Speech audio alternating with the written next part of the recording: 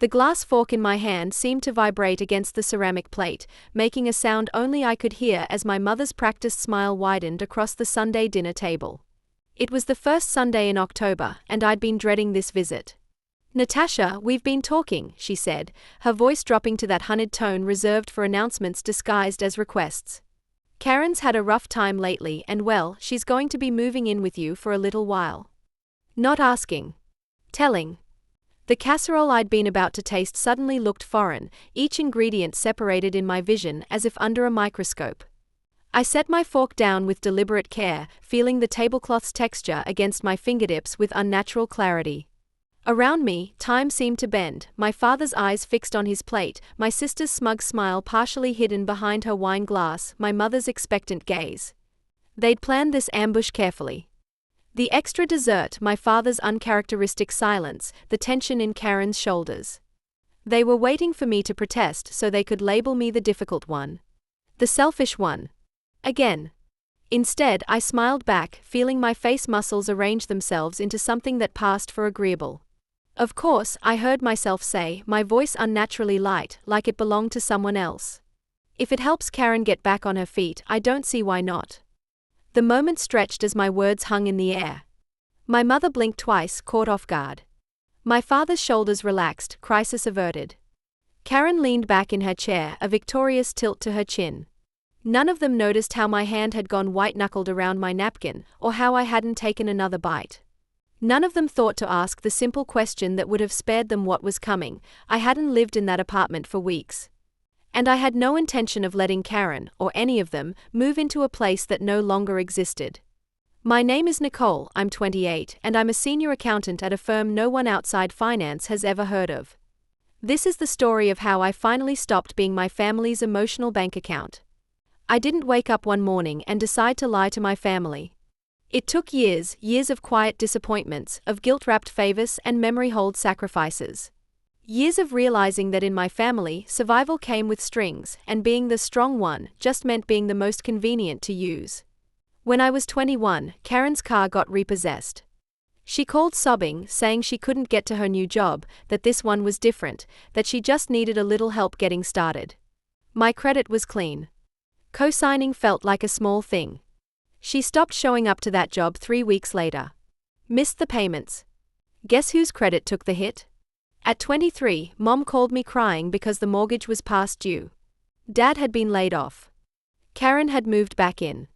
I wired $2,000 the next morning. No one thanked me.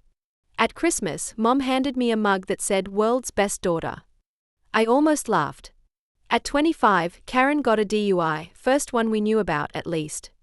Dad asked me to keep it quiet, said it would destroy the family's reputation. I paid for the lawyer. Karen never said a word.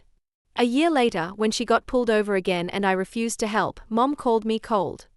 "You've never understood what it means to worry for someone you love," she said. "Karen's life is harder than yours." That was the moment I knew, not suspected, knew, they didn't see me. They saw a function, a faucet they could turn on when something broke. A wallet that smiled. I started pulling back politely.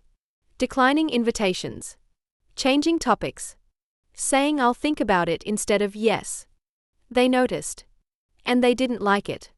One night, I found myself sitting alone in my apartment, the condo I'd bought without help, decorated on clearance sales, paid for month by month with numbers and spreadsheets and quiet diligence.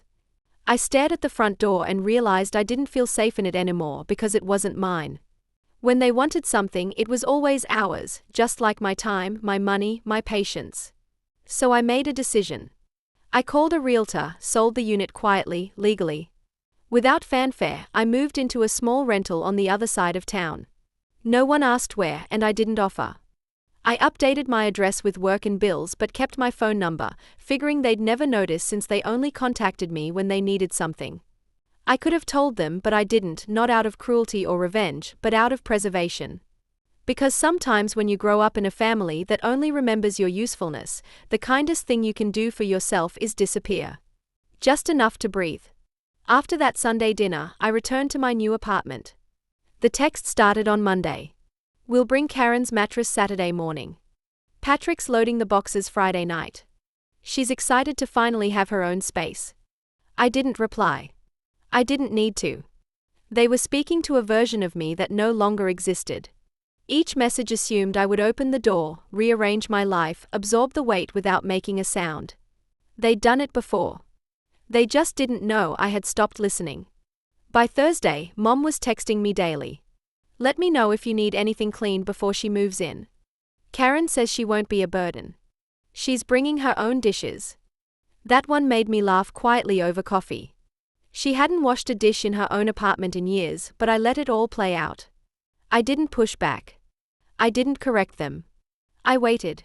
Friday passed without incident, and Saturday morning arrived crisp and bright, autumn sun slanting through my new windows. The kind of day that normally would have been perfect for moving furniture, boxes, the weight of someone else's life into mine. My phone lit up at 8:17 a.m. We're about 20 minutes away. Karen's still packing. Is your parking spot open or should we use visitor parking? I texted back for the first time, use visitor parking. I'm just making coffee. Then I turned off my ringer, opened a book and waited. 40 minutes later, my phone began lighting up with calls. I let them go to voicemail. Let the reality sink in for them slowly, the way it had for me over years. Finally, after the 6th call, I picked up. Nicole. My mother's voice was tight with panic. We're at your apartment. Where are you? I turned a page in my book, the paper making a satisfying sound against my fingertip. I'm at home, I said calmly. Where are you? We're at your home. She enunciated each syllable like I might be confused. There's a woman here saying you don't live here anymore. That you sold the place months ago. 3 weeks, I corrected. I sold it 3 weeks ago. The silence on the other end was sharp enough to draw blood. What did you just say? Her voice had dropped to something dangerous. I sold my condo. I moved. I live somewhere else now. And you didn't think to tell us. Her voice cracked, incredulity battling with rage. The same way you didn't think to ask if Karen could move in. I kept my voice level. The same way you decided for me instead of with me? Yes. Exactly like that. The line went silent, then erupted with my father's voice. Nicole, this is completely unacceptable. Your sister is standing here with all her things. We've got a truck half unloaded. What are we supposed to do now? I felt a strange lightness in my chest, a sensation so unfamiliar it took me a moment to recognize it as freedom. I don't know, I said honestly. But for the first time in a decade, that's not my problem to solve. You need to tell us where you live right now, my father demanded, his voice carrying the authority that had worked on me since childhood. But authority requires compliance to function. No, I said simply. No. He sounded genuinely confused, like a machine encountering an unexpected error. No, I repeated. I don't need to do that. We're your family, my mother shouted, apparently having grabbed the phone back. You can't just.